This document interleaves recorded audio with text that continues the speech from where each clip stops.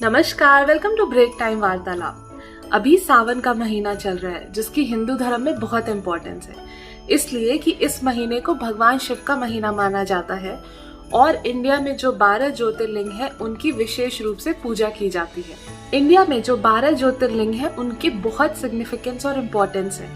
अगर हम बात करें केदारनाथ और रामेश्वरम के ज्योतिर्लिंग और उनके बीच के 3 और ज्योतिर्लिंग, तो ये सब एक स्ट्रेट लॉन्गिट्यूड पे आते हैं जो कि है 79.41 डिग्री ईस्ट। इमेजिन उस टाइम पे ऐसी कौन सी टेक्नोलॉजी थी जिसके वे इनको एक स्ट्रेट लाइन पे रखा गया। और अगर गृहरेश्वर टेम्पल जो औरंगाबाद में है उसको स्टार्टिंग पॉइंट रख के एक स्ट्रक्चर ड्रॉ करें और उस स्ट्रक्चर का लास्ट पॉइंट अगर केदारनाथ होगा तो वो एक स्पाइरल फॉर्म में आता है। ये रिप्रेजेंट करता है फिबोनाची सीरीज को। फिबोनाची सीरीज को बेसिकली सीक्रेट ऑफ लाइफ कहा जाता है।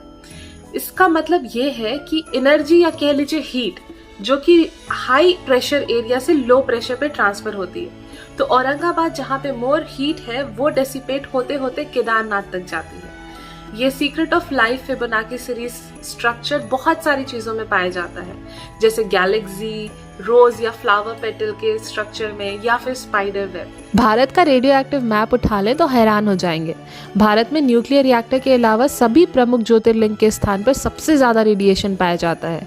इसका मतलब ये हुआ कि शिवलिंग और कुछ नहीं बल्कि एक एनर्जी सोर्स है, तभी तो उस पर जल चढ़ाया जाता है ताकि वह शांत रहे। महादेव के सभी प्रिय पदार्थ जैसे कि बिलव पत्र, एकमत, धतूरा, गुड़हल सभी रेडिएशन एनर्जी एब्जॉर्व करने वाले हैं।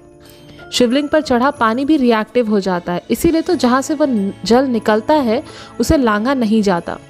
शिवलिंग पर चढ़ा हुआ जल जब बहते पानी से मिलता है तो वह औषधि का रूप ले लेता है। 12 में से 5 ज्योतिर्लिंग पंचभूत को सिंबलाइज करते हैं। पंचभूत यानी अग्नि, वायु, जल, धरती और आकाश।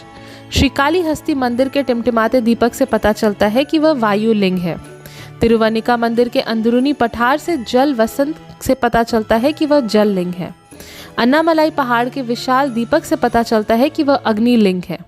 कंचीपुरम के रेत स्वयंभू लिंग से पता चलता है कि वह पृथ्वी लिंग है। और चिदंबरम की निराकार अवस्था से भगवान की निराकारता यानी आकाश तत्व का पता चलता है। उज्जैन से बाकी ज्योतिर्लिंगों की दूरी भी काफी रोचक है।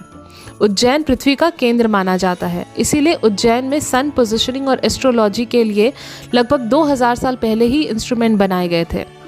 जब ट्रॉपिक ऑफ कैंसर निकला तो पता चला उज्जैन उसके मिड में आता है, इसीलिए आज भी वैज्ञानिक उज्जैन आते हैं और सूर्य और अंतरिक्ष की जानकारी वहां से प्राप्त करते हैं। ये सब चीज जिसे हम पूछते हैं या फॉलो करते हैं उसका कोई ना कोई साइंटिफिक रीजन जरूर होता है। Over the period of time इसे परंपरा या माइथोलॉजी से इसलिए जोड़ के रखा गया ताकि लोग उसे फॉलो करते रहें, बट हाँ, इन सब के चक्कर में उसका साइंटिफिक रीजन कहीं ना कहीं पीछे छूट गया। We will keep bringing more interesting stories and more interesting facts. So stay connected. Take care.